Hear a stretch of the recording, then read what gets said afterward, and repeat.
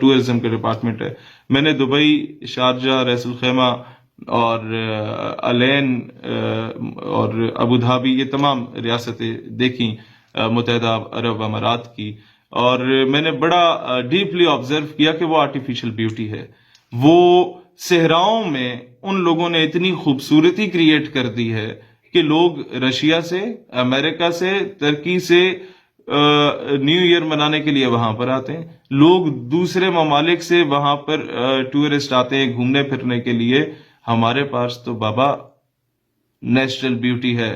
ہمارا جو گلگت بلتستان کا صوبہ ہے اس میں یا انتظامی یونٹ ہے اس میں آپ چلے جائیں تو دیامر میں، استور میں، گیزر میں، اسکردو میں، ہنزا میں، اس کے 10 اضلاع میں آپ جا کے دیکھ لیں تو آپ کو وہ خوبصورتی نظر آئے گی واللہ جو آپ کو سوئٹزرلینڈ میں نظر نہ آئے شاید.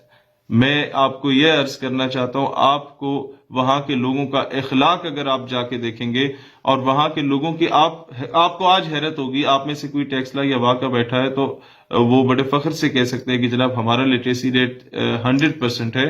بٹ آپ کو پتہ ہے ٹیکسلا یا واہ ایک شہر کی حد تک ہے. صرف گلگت بلتستان 10 اضلاع پر مشتمل ہے، ایک انتظامی یونٹ ہے. وہاں پر جو ریڈی بھی لگا رہا ہے اس نے بھی بیچلرز کیا ہوا ہے، وہ بھی انگریزی جانتا ہے.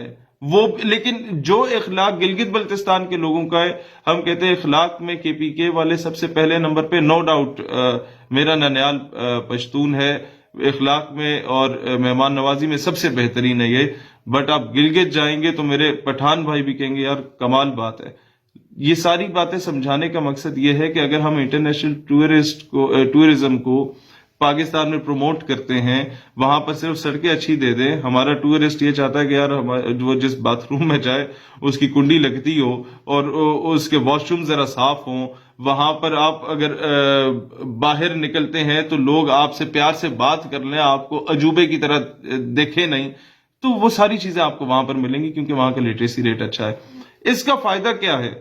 آپ صرف یہ دیکھیں کہ اگر ایک 5 اسٹار ہوٹل آپ وہاں پر بناتے ہیں 5 منزلہ اور چھوٹے چھوٹے 200 رومز آپ لوگ اگر ایک اسکوائر میں بنا لیتے ہیں تو وہ 1000 کمروں کے ہوٹل میں آپ کے لیے، مجھے بتائیں کوئی امریکہ سے ٹورسٹ آتا ہے تو $100 اس کے لیے کچھ بھی نہیں ہوتا پر نائٹ سٹے کے لیے. اگر وہ سستے میں سوئٹزرلینڈ دیکھنا چاہے تو کچھ بھی نہیں ہے. لیکن ہمارے لیے وہ 25,000 روپے ہے.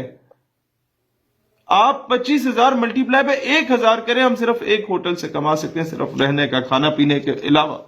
اور اس طریقے کے درجنوں ہوٹل میں سمجھتا ہوں کہ ہر شہر میں بنائے جا سکتے ہیں وہاں پر. اب میں سوات یا آزاد جموں کشمیر کی طرف نہیں آیا ٹورزم کے معاملے میں، صرف گلگت کی بات کر رہا ہوں. اس کا ایک یہ فائدہ نہیں. دوسرا فائدہ یہ کہ جب ایک میم صاحب، گوری صاحبہ پاکستان تشریف لاتی ہے 12-14 ہزار میں، اگر ہم اسے پاکستان کا ویزا دیتے ہیں وہ 20,000 میں دے دو بھائی. 6,000 میں آپ بڑے زبردست طریقے کا گلگتی سوٹ، ماتھا پٹی، وہ جو ارطغرل اور عثمان غازی کی بیگم نے پہنی ہوئی ہوتی ہے اور آپ نے اکثر دیکھا ہوگا، یا کشمیری شال ساتھ آپ اس کو گفٹ کر دیتے ہیں. آپ نے آبزرو کیا ہوگا کہ بچپن میں جب آپ لوگ پہلی مرتبہ پینٹ کوٹ پہنے ہوگا آپ لوگوں نے کسی شادی میں یہاں امریکہ آنے سے پہلے، تو آپ خواہ میں اپنے پورے محلے کا چکر آپ لوگوں نے کاٹا ہوگا. آپ لوگوں نے اپنے چاچا، ماموں، خالہ کے گھر جا کے ویسی دستک دی ہوگی کہ اما جی پوچھ رہی نے کہ ٹماٹر ہے کہ نہیں، تو خالہ دیکھ کے کہہ دی میرا پتر بڑا سونا لگ رہا ہے. تو یہ چیزیں کیونکہ وہ that was some thing new for you. تو اسی طریقے سے جب ایک بندہ پہلی بار یہاں پینٹ کوٹ پہنتا ہے تو اس کے جہاں 50 لائک آتے ہیں وہاں فیس بک پہ 150 لائک آتے ہیں.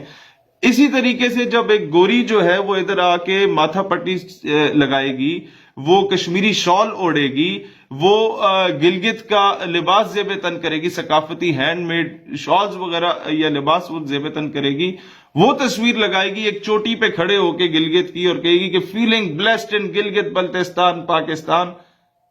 تو اس سے کیا سبق جائے گا دنیا کو کہ جو لوگ کہتے ہیں کہ پاکستان میں دہشت گردی، انتہا پسندی ہے، اشتعال انگیزی ہے، وہ جھوٹ کہتے ہیں. پاکستان از دا سیفسٹ ہیون آن ارتھ. یہ پیغام جا سکتا ہے. اس ایک ٹورزم ڈپارٹمنٹ کو اگر ہم لوگ پروموٹ کرنے پہ آئیں تو پاکستان کہاں سے کہاں تک پہنچ سکتا ہے. ہم اپنے پروڈکٹس کو صحیح طریقے سے بیچنا ہی شروع کر دیں. ہمارا پنک سالٹ 100 روپے کلو کے حساب سے جاتا ہے دبئی میں. ہمارا پڑوسی ملک ہندوستان اس کو ریفائن کرتا ہے، اسرائیلی کمپنی اس کو جو ہے وہ کرتی ہے، اپنا پیک کرتی ہے.